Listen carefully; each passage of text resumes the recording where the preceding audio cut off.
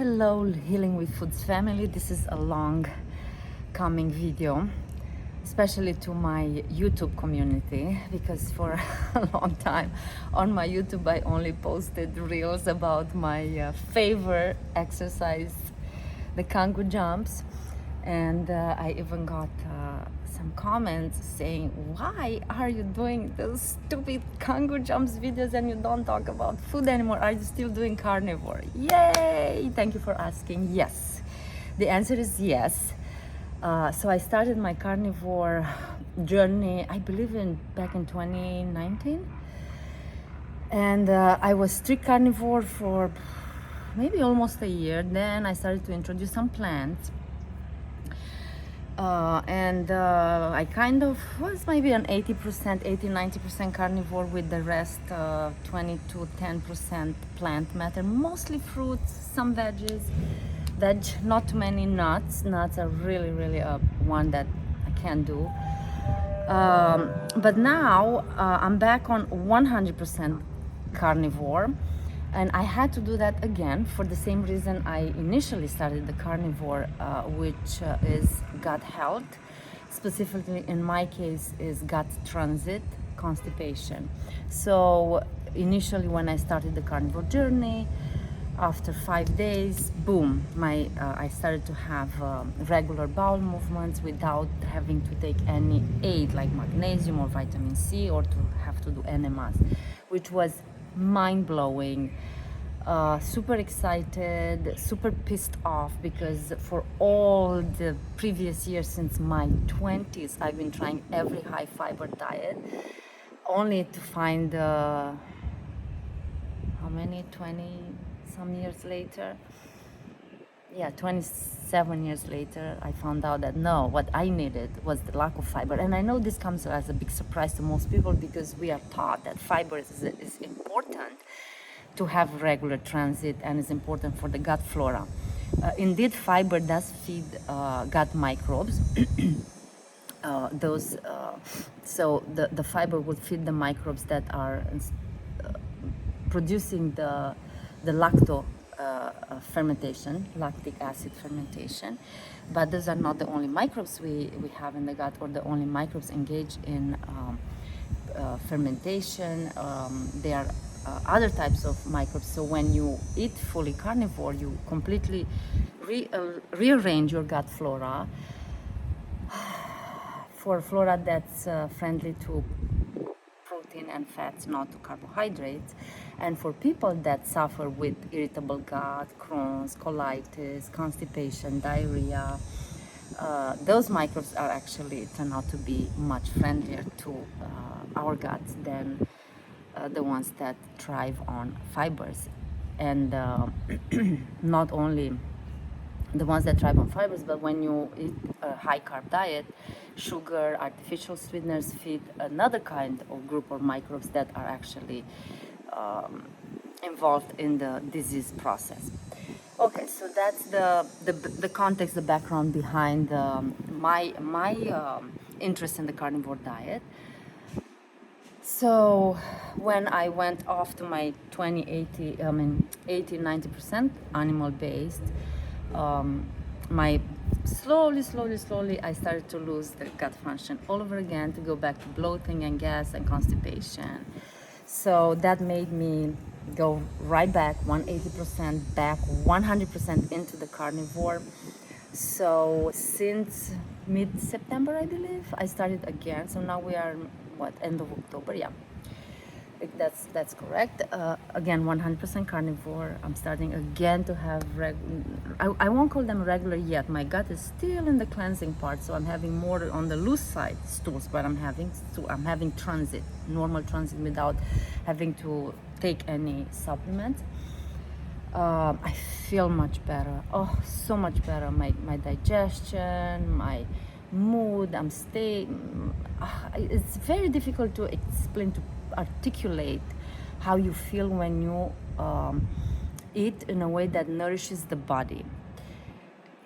It completely transforms the way you relate to food. You literally do not allocate any mental bandwidth to food. it becomes so simple. That's why I always say it becomes as simple and effortless as breathing. God willing, you have healthy breathing, because there are people with lung problems that do not have an easy breathing. So I'm talking about the easy, healthy breathing. So I'm doing the carnivore. So a little bit about my approach, who I'm working with now and who I'm helping. I love working with women over 40 primarily, to empower them and to inspire them. To empower them to take full responsibility for their lives and their health and the choices they make, to transform the way they think about what is possible when it comes to health and aging and vitality. And I use all the tools that I use for myself with regards to achieving that healthy, vibrant life. As we go, past midlife, our life journey, once you pass 40, you pretty much think that, okay, I'm halfway through. God willing, no accidents happen, and you can live to be 80 or 90. You're already there halfway through. But it doesn't the aging process doesn't have to be the way we see it for the majority of people. That's a choice. That's buying into a collective belief that aging means rapid decay and lack of vitality and sagging skin and lack of muscles and aches and pains and bags of prescription medications and or supplements. It does not have to be that way. So that's what I'm advocating. And to achieve that, my primarily nutrition tool, let's call it tool, is the carnivore diet. Carnivore, from the plant family, maybe fruits, a little bit of plants, kind of like a condiment, like flipping upside down what most people think of being healthy and beneficial. And this approach works for, I won't say for 100% of the population, although I believe it works for 100% of the population, but 100% of the population doesn't give permission to even fathom that or to try it. So because of that, I would say for most of the people that are willing to try. Why? Because by biologic design, we are designed. Our gut, our biology, our enzymatic system, the way we digest and metabolize nutrients, we are designed to effectively absorb nutrients from animal-based foods. And plants are not our main source of nutrition. In fact, I would argue that plants are our best source of drugs. From plants, plants have all sorts of chemicals, phytochemicals or phytonutrients, whatever you want to call them. They are chemical compounds that could have, and have in small doses have a therapeutic effect. So when I say let food be your medicine, I say let plants be your medicine. So if you do need to take a medicine, take it from herbs and plants, but let food be your nourishment, like animal food be your nourishment. So that's how I see animal food is nourishing.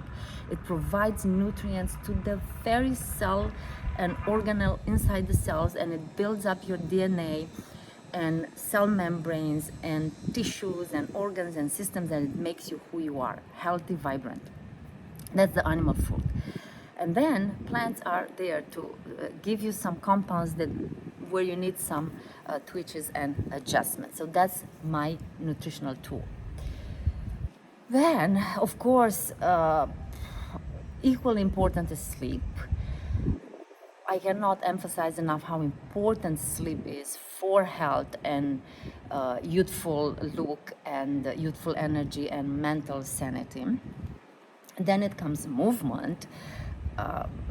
We have to move our body. We have to keep the energy flowing going. We have to pump that blood and lymph. We have to, especially to find ourselves outdoors, to be exposed to sunlight, not only for vitamin D synthesis, but also for the other benefits that come. We are light beings, we are water beings, we are light beings. We have to be in nature, we have to ground ourselves, to put our feet barefoot in the ground, to hug trees, to lie down on the earth, to charge with negative ions, to discharge the toxic energies. So those are other very important factors. And last but not least is the mindset, is the belief system, is the thinking pattern, because that is at its core what we act. So every action you take is preceded by a thinking pattern and by a belief system, which then generates an emotional state. So you can be in a hype emotional state where you're happy, you see the blue sky, not the dark clouds on the sky, or they may be both at the same time on the sky. So belief system, mindset, actions, all of this lead to life experience, which then reinforce the belief system. So that's a cycle that is at the core of everyone's success. So when I say your physical body, your external reality, your material world is a reflection of your inner world, meaning of your belief systems, thinking patterns, emotions.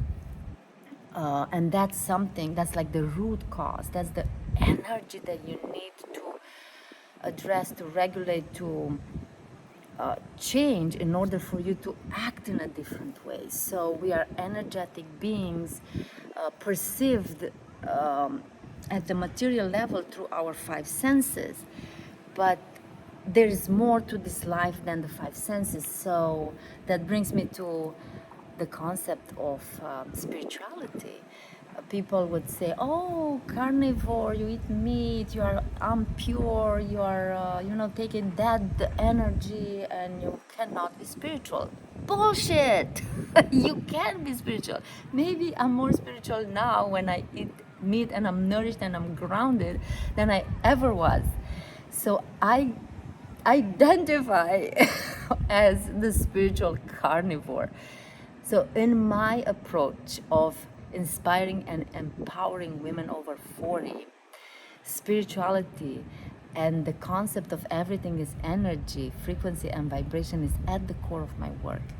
It's complex, it may sound like it's all over the place, but once you put it all together, you realize that anything is possible. And for anything to be possible, first you have to believe that it is possible. So you have to begin to act more on a conscious level, out of awareness of what's possible, rather than to act by a default system that you adopted when you were not even aware of any of this, from early childhood, from before you were even born. So that's it. That is the update I wanted to bring here to you, my community. I will share this on YouTube and my Facebook, and I don't know about Instagram, how the Instagram thing works, but it's Healing with Foods and Beyond. A spiritual carnivore. Is everything is energy, frequency, and vibration, and you better first and foremost think of your belief system. Remind yourself that you are a conscious creator. You have full full choice on full what's the word I'm looking for, power over your life and your decisions. You just have to tap into that power, to believe that you have that, not to let yourself convinced by the world around you that you are helpless and become the victim of the society or the environment, of the government, of the blah blah blah blah blah. You have the power, and your body, your physical vessel, has the power to heal herself or itself or himself, whatever you want to refer to. So herself for a woman. You just have to get out of the way, to allow your body to receive what it needs in order to heal and thrive. So you, the whole being, can have the best human life experience, because you're not your body. You are an infinite creator, and you can choose what you believe and what you act and what you live. Have an awesome day and see you soon. Oh, before I forget, next carnivore group which includes a little bit of everything. It's not only about this focusing on you getting you 100% on the carnivore journey, starts on November 27, the weekend after the week after the Thanksgiving weekend. Mwah. Let me know if you want to join, and I'll put you on the waiting list. Bye.